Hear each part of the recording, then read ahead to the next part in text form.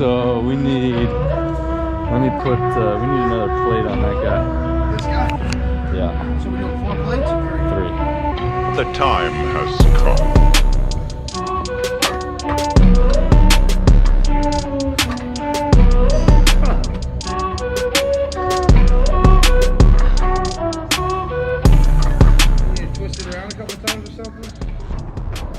Okay, this is our finisher for today. So this rope, 75 feet long. Okay, so a big battle rope, 75 feet. So we're gonna be pulling it, so like tugging it towards you. And then it's a low push on the low handle all the way back.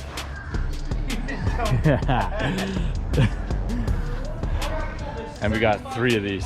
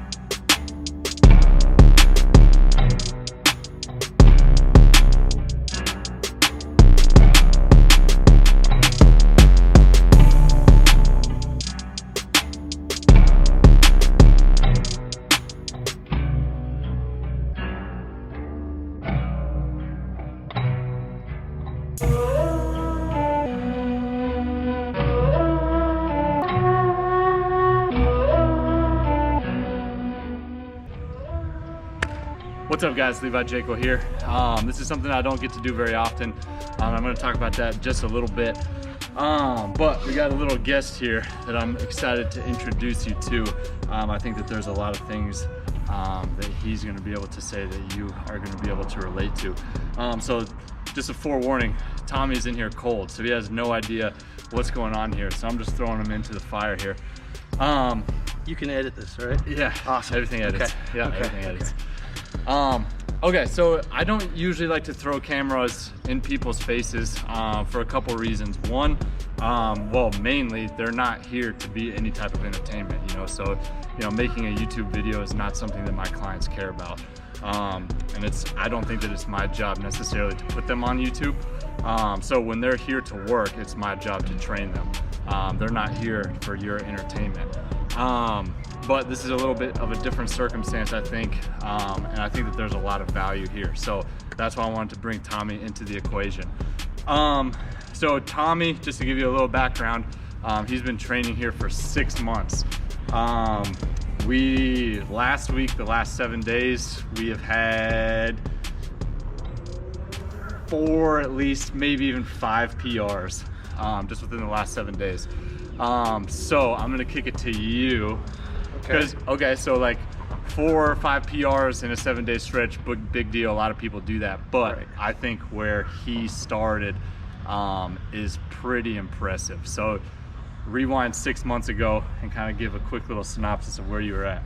All right, 6 months ago, I got sick and I ended up having to go to the doctor, just a simple cold. But when they were doing the physical in the beginning of it, they put me on the scale and I ended up weighing more than I ever have in my entire life.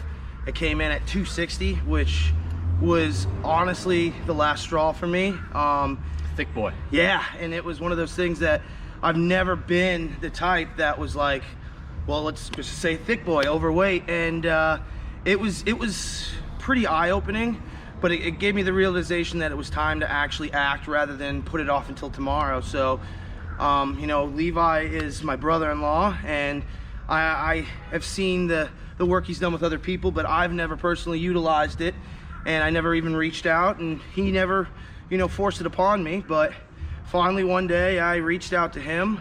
I was honestly at the point where I was running laps in my backyard in the summer, and you know, I got to a point where I've reached my limitations to what I can do on my own. So I reached out to Levi to give me his guidance, not just in the gym, but outside the gym as well. And yeah, it's life-changing. So here's a question. So obviously you don't wake up 260. No. right? Absolutely. So it was kind of a slow fade in that direction. Yeah. Or a slow swell. I think honestly, it's so slow, it's to a point where you don't even acknowledge it. You see yourself in the mirror every single day. You're not going to see yourself go from, 220 to 245 overnight, so you don't drastically see it. But when you start seeing pictures of yourself, or when I was faced with the scale, and it's not like an excuse I can make where it's like, oh, I'm just wearing heavy shoes or a thick jacket. It is what it is. So you hadn't been training. No. So obviously, like, you've got me almost literally in your backyard. You Right. know, so like, I think that's very common though. People are like, oh, like, I'm not going to start now because it's either not for me or I suck, or Right. Did you have any of those thoughts? Well, the thing is, you get to a point where sometimes your insecurities almost, they determine what you can and can't do before you even try it. So it's like, I don't want to go into the gym and look stupid. I don't want to go into the gym and have everybody look at me and be like, oh, look at this chubby guy. And that honestly was where my headspace was. Yeah. And it's such a negative and toxic place to be in, because in actuality, it's not like that at all. When people see you in the gym, if you're overweight, it's only encouragement. It's only like, wow, like at least you're doing something about it. But I, like you said, was in a situation where I was almost afraid to try, because I was so afraid of failure and I was so afraid of negativity. Yeah. No, I think that is very common. People tell me that all the time. Like, I have people tell me all the time, like, oh, I'm going to start training, and then once I'm ready, like, I'm going to show up and we're going to get after it. And it's like, that's the point. Right. Like, I don't expect anything from you, especially in day one. So, coming in at your lowest, like, honestly, that's the best time to come in. Absolutely. Cool. And another thing, it's like when you come in at your lowest, every day you're better. Every single day you'll leave and you're just a little bit better. And sometimes you can barely see it, just like with the weight gain. But sometimes you can see it. Sometimes you can feel it. Sometimes you leave the gym and you feel awful. But then sometimes you leave the gym and you're skipping almost, because you're doing it. Yeah. You're finally doing it. So how much do you weigh right now? Right now I am at 235. Damn, that's crazy. But before we started almost like a bulk process, and getting like lifting heavier weight, I got down as low as 222. So Jeez. We started at 260, we got to 222, and now with the proper nutrition and gaining of muscle and mass, I've gotten up to 235. So last week, not only were you the heaviest, 6 months ago you were the heaviest that you've ever been. Yep. But you were significantly undertrained. Yep. As well.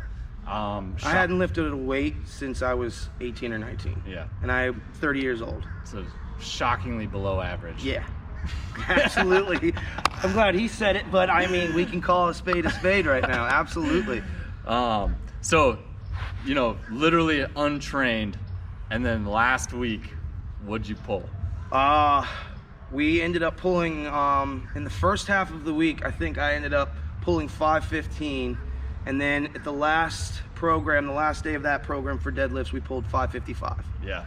So off the ground. 555 on a trap bar deadlift, on a special trap bar deadlift. It's a rogue bar that we have in here, but no elevated handles. Yeah, no elevated handles. So kind of a little bit of a deficit trap bar at 555. That's super, super impressive.